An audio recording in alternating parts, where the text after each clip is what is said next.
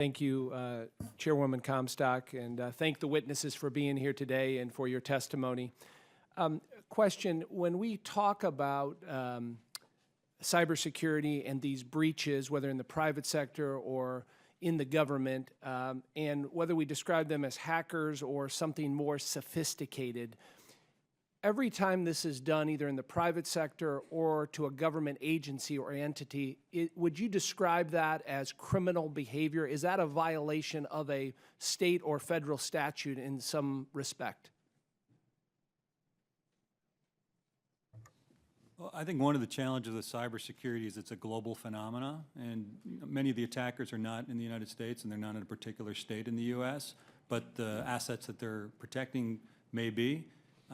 So I think the legal kind of considerations can be pretty complicated. The other thing is, as more and more infrastructure moves to cloud platforms, which are also deployed globally, even where those assets are becomes more of a challenge. So I think in general the answer is yes, but there's a lot of complexity to the global nature of cybersecurity. And I guess as a follow-up to that, then, if we look at, traditionally when there's criminal behavior that is engaged in, eventually there's somebody held accountable or responsible. There's a prosecution, there's a legal process that happens. It seems as if, I guess the question to you is, are you aware of a successful prosecution where somebody's held accountable, where there's a deterrent effect? It seems like there's no penalty, there's no pain, there's no consequences to anybody that engages in this activity. Yeah, Mr. Clinton. Yeah, Congressman, I think you've put your finger on what I would think is one of the #1 problems in this space. I would answer that it absolutely should be criminal, in many instances is criminal, but as Mr. Schneider points out, it's not in certain places. So we need to be doing two things. We need to be dramatically increasing our law enforcement capability. As I said in my testimony, we are successfully prosecuting maybe 1% of cyber criminals. There's no deterrent really on the criminal side, or no viable deterrent. So we need to be dramatically helping our law enforcement guys who are doing a great job, but they are under-resourced dramatically. And then we also need to be working aggressively with our international community to create an appropriate legal structure in the digital age. We don't have it. We are operating in an analog world with cyber attacks, and it simply is unsustainable. We need to be doing both of those things. And I guess, is there anybody that's leading the way on that, Mr. Clinton, out there, either, internationally or here domestically? Where are we at with that process? We are not doing nearly enough. There are people who will give a speech here and there, and again, I'm not going to point fingers at law enforcement. I think they're doing everything they can. They're under-resourced. I think we need leadership from the Congress to demonstrate that this is a priority, and we are going to fund it much more aggressively. Thank you. Yeah, Mr. Wood.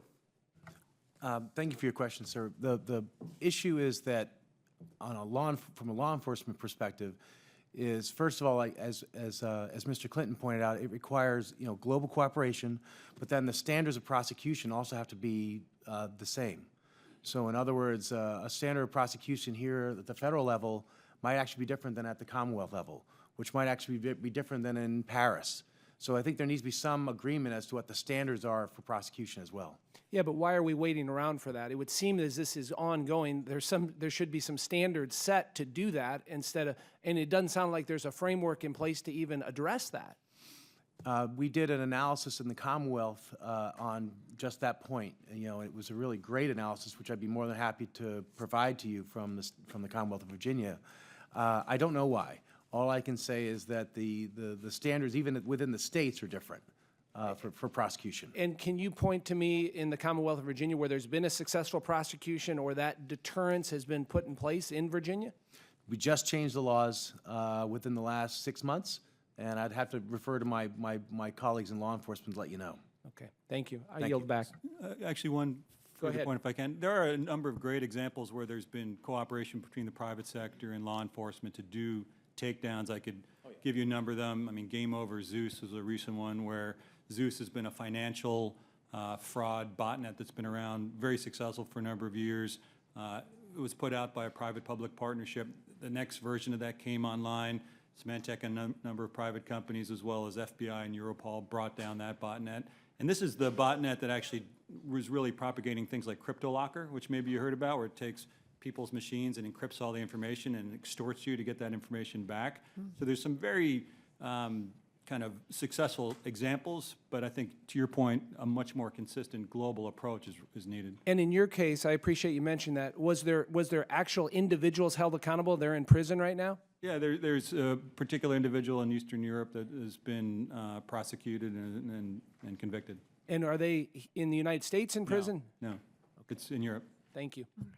Thank you. And I now recognize Ms. Bonamici.